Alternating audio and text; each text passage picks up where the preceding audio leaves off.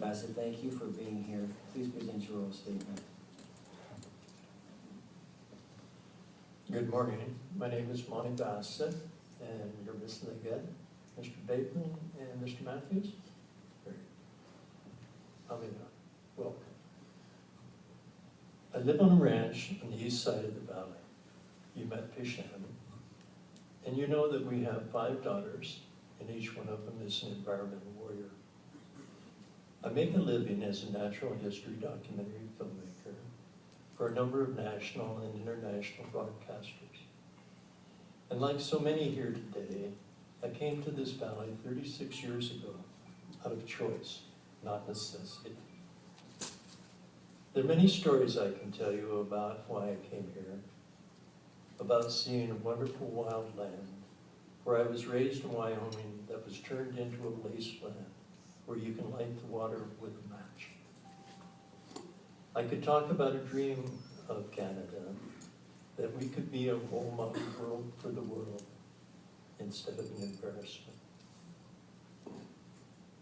My reasons for wanting to stop this project are many and they run deep, but because so many people have spoken ahead of me so eloquently and passionately, I will instead talk to this panel about 2 items that haven't received much attention. The first item is thank you. Thank you for sitting on a chair, paying attention for 8 hours a day, for 100 days or more. This is undue torture. You know, we don't even ask convicted felons to put up with that.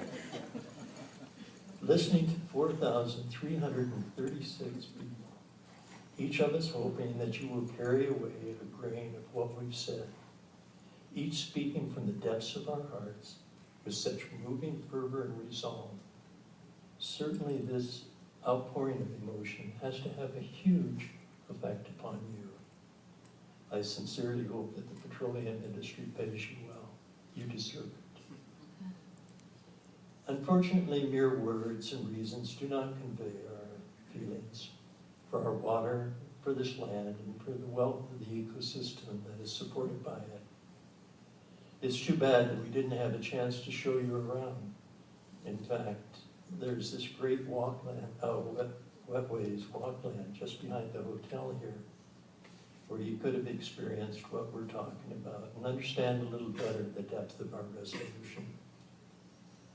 But most of all, I want to thank you for this process. Even though it may just be window dressing for a deaf government, your presence here has done so much. You have provided us a point of focus for collectively bringing our thoughts together, a forum to express ourselves amongst ourselves, sharing ideas, strategies, forming alliances, and most of all, strengthening our collective resolve. We cannot have done it without you. This process to legitimize Enbridge's proposal has backfired. Instead, it has become an exciting democratic event for galvanizing us into a powerful force. Mark my words, Enbridge will be Canada's dismantling of the Berlin Wall, our Arab Spring. Our voice via the internet is going global. In fact, thanks to the net, I have friends in West Indies, Canadian friends in the West Indies, who are listening to us live. Yes, with all sincerity, I do thank you for coming here. And of course, I thank Enbridge and Mr. Harper. The second point neglected in these hearings is this. The proposal is not just an issue of environmental degradation, tar sands, supertankers down our treacherous Pacific West Coast, nor is it just the devastation that a single mishap will inflict upon our lives. And the First Nations, their very culture is at stake.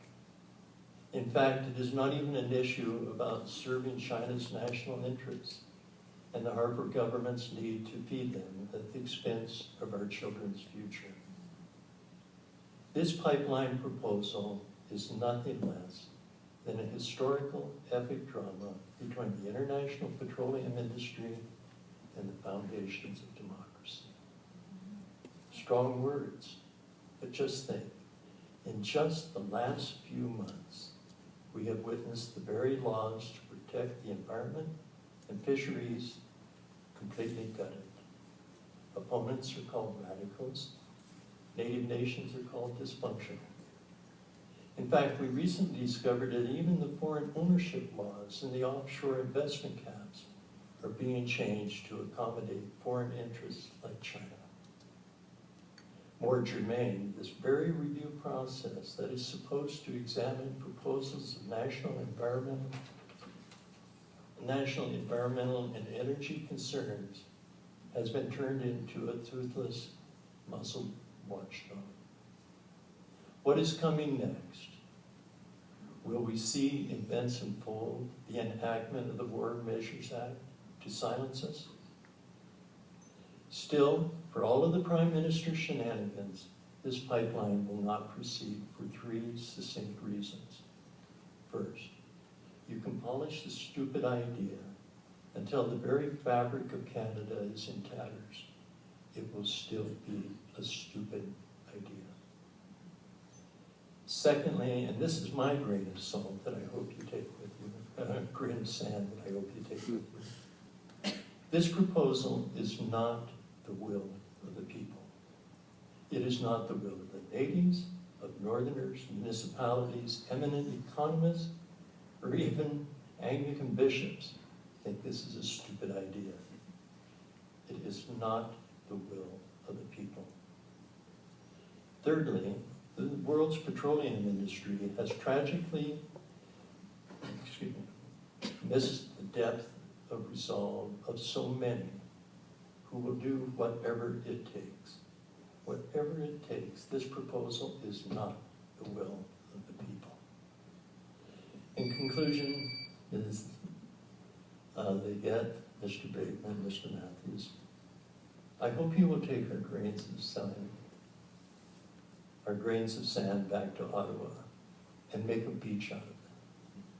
And when the time comes to face the Prime Minister, I hope you will stand tall and say to him, Steve, we've reached a decision and you're not going to like it. Thank you.